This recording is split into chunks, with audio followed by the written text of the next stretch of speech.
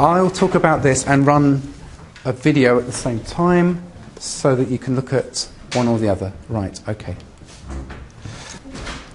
Inside here, the first thing you have to do is put film in the camera. So you have to open the camera up.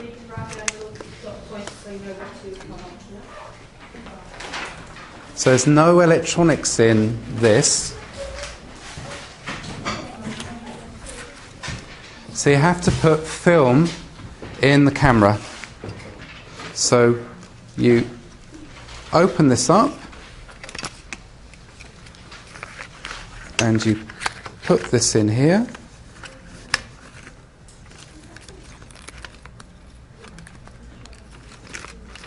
And then what you have to do is wind the film on, the film on, whoops, it's getting a bit battered now, so that you get to the bit where the film is. And the way the camera works is that light is exposed onto the film and it makes those bits go dark, and that's how it works. So you wind it on till you get to the number 1, which is the first photograph. And you open the camera up by pushing it, and then you're ready to take a photograph.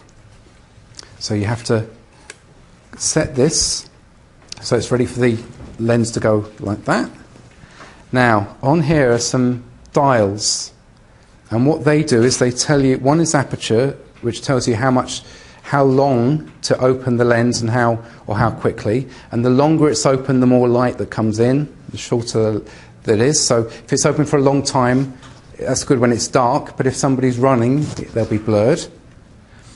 And the other one is the focus, so it tells you to focus on taking a photograph here, or taking a photograph over there, or taking a photograph of mountains into the distance. And so what you do is you decide how much light you're going to have it opening and whereabouts it's going to be focused, and then you push the button. Oops. This one. That's a bit slow. And that does it. And then what you have to do is you have to wind the film on to its number 2, and then you can take another photograph. And on that film you get 12 pictures. And then, do you know what happens to the film after that? First person. Yeah, so you wind the film on so it's all on one reel. And then what you do is you make sure no light gets into it. Then you either post it off to photographic processors, or Tesco's do it, or camera shops. And then about a week later you'll get your 12 photos back, and then you discover whether you did have it in focus or not, or you did have the right amount of light or not. If you didn't, then you have to go back on that holiday again and get people to pose in the same places again. So work as groups on tables for about 3 minutes, thinking about what sort of subjects or topics you'd want in the table of contents for a camera. And if you pass the cameras around, you can look at them as well.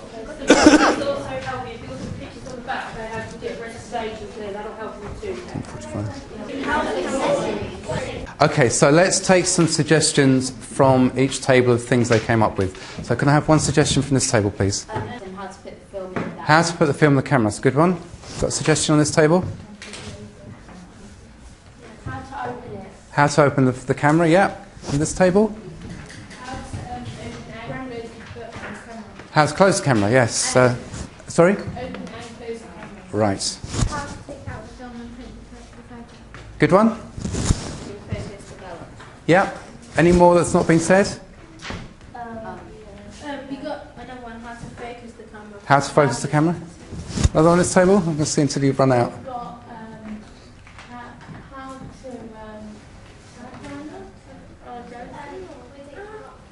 to... Okay, that's no problem. I'm going clockwise, so any more that's not been done? How to wind up the film. How to wind the film? Any others that not? No? Like how to take a photograph and then add like a sort of sub-content from that, dials and setup. Yes, and then the last one, and then... How to get the right amount of light. Yes, what's called setting aperture. Yes, well done. You're the best so far. You've come up with the longest list. Okay, now what happens is actually if you write a long list that says how to do this, how to do that, one of the problems is it's very hard if somebody looks at that to know where they're looking, because it's just lots of how-tos. So they generally what are used are things called gerunds. Have you ever come across them before? They're doing things. So instead of how to open, you write opening. Instead of how to save, you write saving. And if you ever look at a manual for anything that you buy, generally what you'll find is that table of contents is in words, opening, shutting, writing. Like, how would they understand, like, opening what? That you've got to make sure that what you're writing is relevant to the skills that people have. So yeah, you have to understand your audience to make sure. Okay, so the next exercise is actually to write a topic on how to use the camera. To help you, a couple of things. Here are some suggestions on topics that you could write. The photographs explains things like opening the camera and shutting it and taking a photograph. When it comes to how do you present the information, that's what this second sheet is about. So if you're writing an overview of why you might use it or what it is, generally what you do is just use sentences. But if you want to explain all the process from beginning to end, you might use a flowchart. If you're all talking about all the different bits of the camera, you would use a photograph and what we call a call-outs, which are where you've got numbers, and you say number 1 means that's the winding on button, number 2 is the taking the photograph button or opening it up. If you're telling people how to do things on the second page, generally what you do is you do steps, step 1, step 2, step 3. If they have a choice, if they want to do this, it might happen, then you can use a table, or if they've got choices, you can use bullets. And if you want to tell them to do something else afterwards, you generally use what's called a see also box or related topics. And the last bit is generally what you have is headings to tell people what's coming and what's called a pyramid approach. So you tell them the most important stuff at the beginning in general terms, then you go for more detail. And that's, if you ever look at a newspaper, that's how newspapers work. They have the headline, then an introductory paragraph, and then the more details of the story. And that way, if you're not interested, you just read the first paragraph and move on. So are you okay with this task that you've got within the next 5 minutes, which is to pick one topic and write some instructions so somebody in the school would understand it.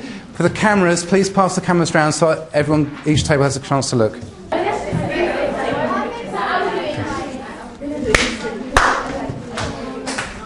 If we look at a real user guide, this is for a Canon camera, a digital camera. If we look at the way they do their guides, they're getting started, gerunds, showing, viewing, erasing, printing, downloading. If you look at what they have a structure telling you the different parts of the camera and what they all mean. They have details on what happens if you focus at different points, what you'll get, which is that if-then table. How to shoot with the camera, step 1, step 2, step 3, and they have pictures to tell people how to go. And if they want to point you towards something else in the guide, they have a see also box there as well. And getting started to tell you all the process from beginning to end to get them printed. They've got a flowchart with pictures explaining that. And then for their table of contents, they've got 2. They've got one for beginners, getting started, and then one called Learning More, which is the more advanced stuff that's going through from there. So if you get stuck, you might spot, and you look at a guide for a product, you might spot those features that we've done. That is the end of the lesson. I wonder where I put my pointer. So thank you. So if you can understand, you stand behind your desks. Can you take all your paper, leave the blank paper, but the printouts take with you. Thank you for listening.